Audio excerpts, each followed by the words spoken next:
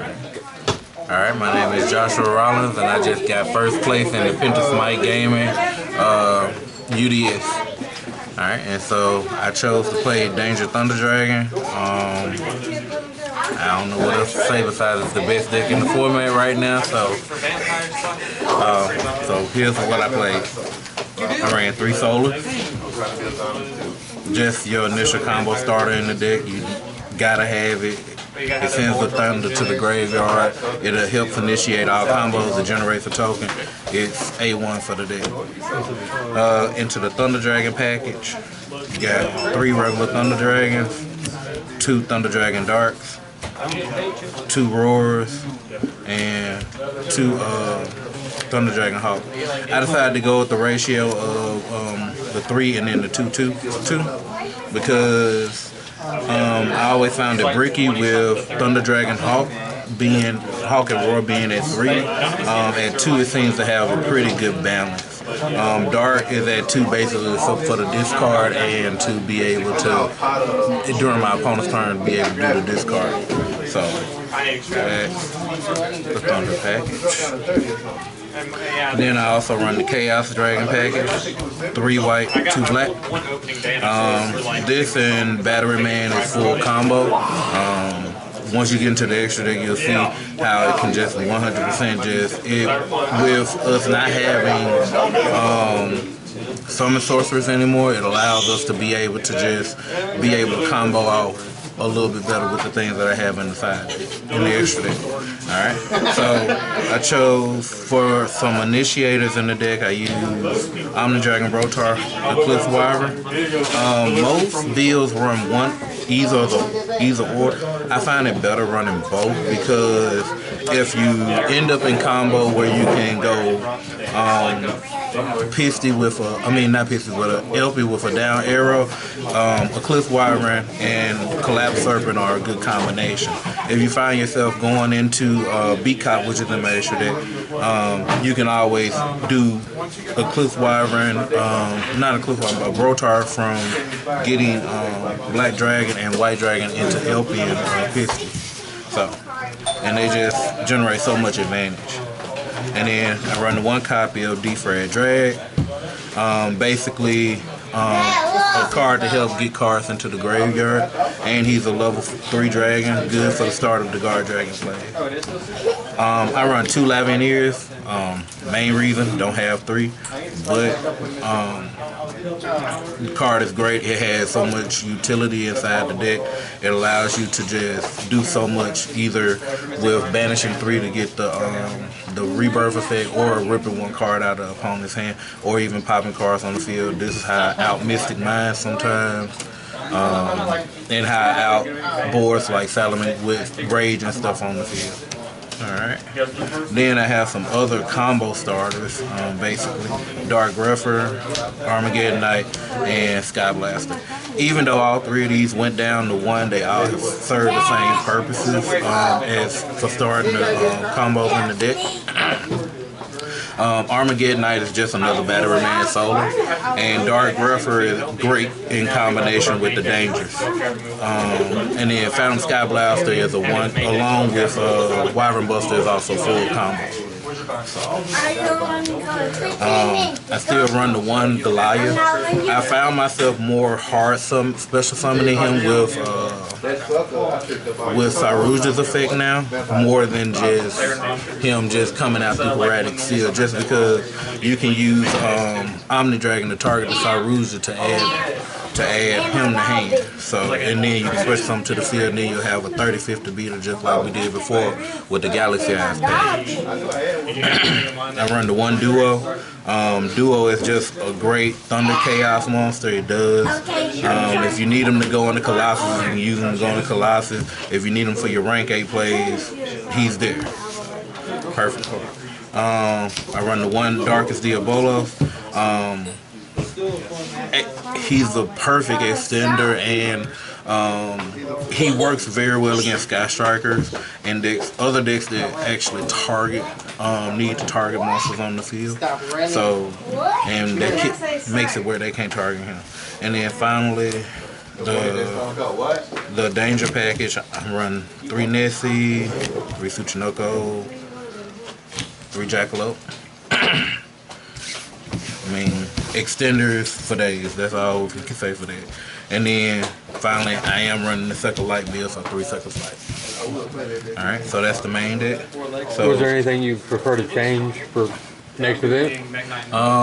Right now, no.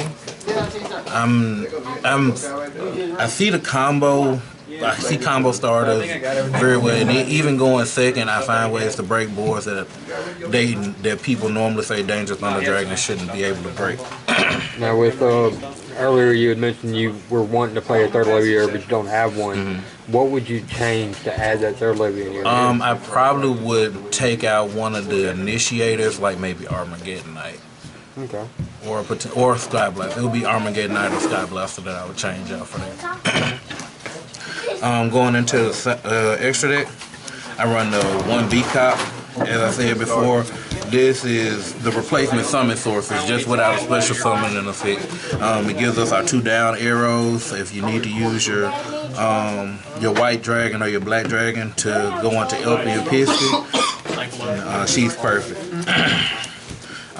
Next would be the extension from her is Triple Burst Dragon. He's mainly used as a combo piece to extend and to give you that downward arrow to activate the Guard Dragon's effect in the event of a hand trap or anything. Then I run, of course, the Guard Dragon package, LP, Piston, Argapane. Nothing more to say about them, but they're broken. They're just all broken. I run double Saruja. Konami, please limit this card. Saruja is broken. I can agree that it needs to be at 1, but manipulate it while you can, huh? yeah. And with it being at one I don't even have to go into, but having 2 allows me to extend without going into Saruja, which allows me to avoid hand traps. Yeah, just sometimes it seems like it takes so many resources to make it that it's almost not worth it. Right. Because I know sometimes, like when I was watching your matches, you'd have a full board, but instead of going into a Colossus and then having Colossus plus a rank 2 and everything else, you just scooped it all up, went and sold it. Most of the time it paid off in the end. But if they hit that Skull Dread, it doesn't pay off. It makes it a last cannon at that point. So. And in most cases, you prefer to go, if you can, use all of that extension to go into, use the beat-cop combination to keep it safe. I do run 1 Heraldic Seal. This card is broken. It's a quick effect. I do find myself using the bounce and the effective special to bring out either Goliath, or I bring out, sometimes Omni Dragon Brotor, or I'll bring out Darkest Diablos. It just depends on the situation. And that searches any card in the deck, right? Any dragon monster. Any dragon monster will special summon whenever it leaves the field? Okay, yeah. As long as this card was shooting. Yeah, so in its own little way, it's an extender in its own way. Yes. Okay. Alright. And then as far as beyond just my normal links for the combo, I run for the Exceed, I run Hope Harbinger instead of the traditional number 22 Zombie Time. So Hope Harbinger, I kind of find myself liking it more. It works in combination with Heraldic Seals perfectly to protect the monster that it brings out, because if you bring out a Goliath to the field, it's going to keep it from being able to be attacked, because he can always divert the attack to him. And then also it's a great card against any deck that plays any spell cards, because like Mystic Mind, because once he's on the field, it makes Mystic Mind have to think differently, and Sky Striker. Alright, then the Argapane summon usually is High Red Dragon Arc Fiend Abyss, and it's an on the field negate. It's there to stop anything that's there to stop you. Then of course my babies, the ThunderDragon Colossus. He's there. Showing off the multis. Or flush. Of course, gotta have an ulti. Or flush. So, alright. But I mean, he's on the field. He's a walking mistake. I mean, he makes you not be able to add cards, cannot search, cannot do anything. So and he has built-in protection. And so the last 3 cards in my extra decks are utility cards. First is utility for me would be Nightmare Phoenix. Usually in my extensions, I'll go into Phoenix if I've gone second and my opponent puts down any back row, especially anything that I'm knowingly that can be threatening, like going against Orcus, there's Fall Blade, going against Salomon Great, there's Rage. So Phoenix is great in utility for out in those back rows before I try to initiate into the combo. Then the last 2 cards that have found their way out of ThunderDragons is War Sword and Load. I find myself liking these 2 being into this extra deck instead of going for Unicorn and other options, because Borload, he can't be targeted by monster effect, and he can out monsters like Rusty Bardage and like Sky Striker. Anything that needs where you don't want to remove the monster from the field, taking it is better. And then just for a good second turn OTK push, if you're able to clear the board and go into Guard Dragon play, and once you go for Argopane instead of going for Abyss, go for War Sword to just end the game in one swoop. Alright, so on to the side deck. So in the side deck, I run 3 Phantasme. Gotta have it against Orcus, against Sky Striker, against Salomon Great. You just gotta have that Link summons more than once per turn. any deck that summons only more than once per turn. How often do you actually use that after they've linked twice, though?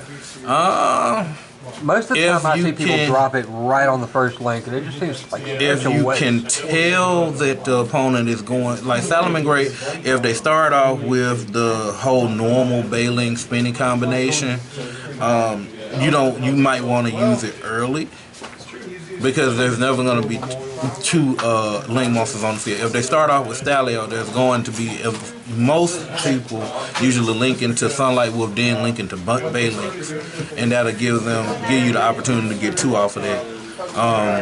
Against Danger ThunderDragon, you wait. If you see the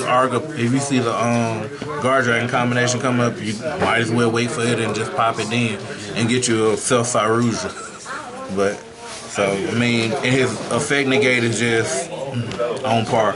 Unlike most Danger ThunderDragon decks, I do go ahead and side the 3 impermanents over Effect Veiler. How well did that work for you today?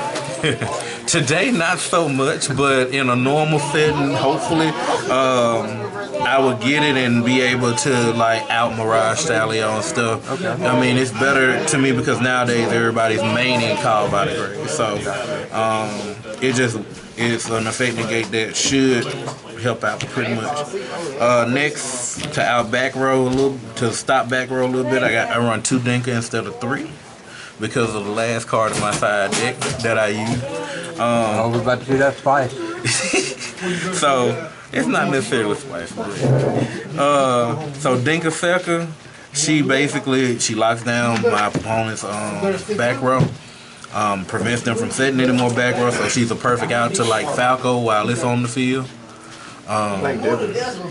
So I mean, utility is it. I do run the 3 Twin Twisters for the Mystic Mind matchup, just in case I do run across it. So I do at least can side out the Sekkas into these so I can have a chance going second against it.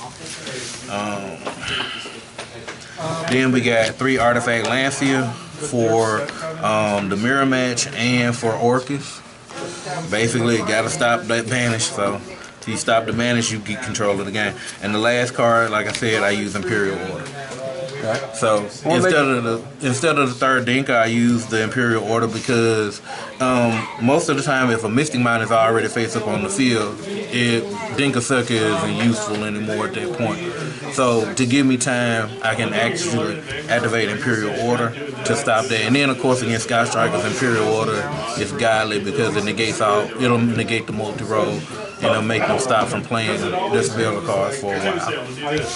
All right. And that's the deck profile. Here we have it. Shout out to Penspike Gaming for allowing us to do this. We'll see y'all next time.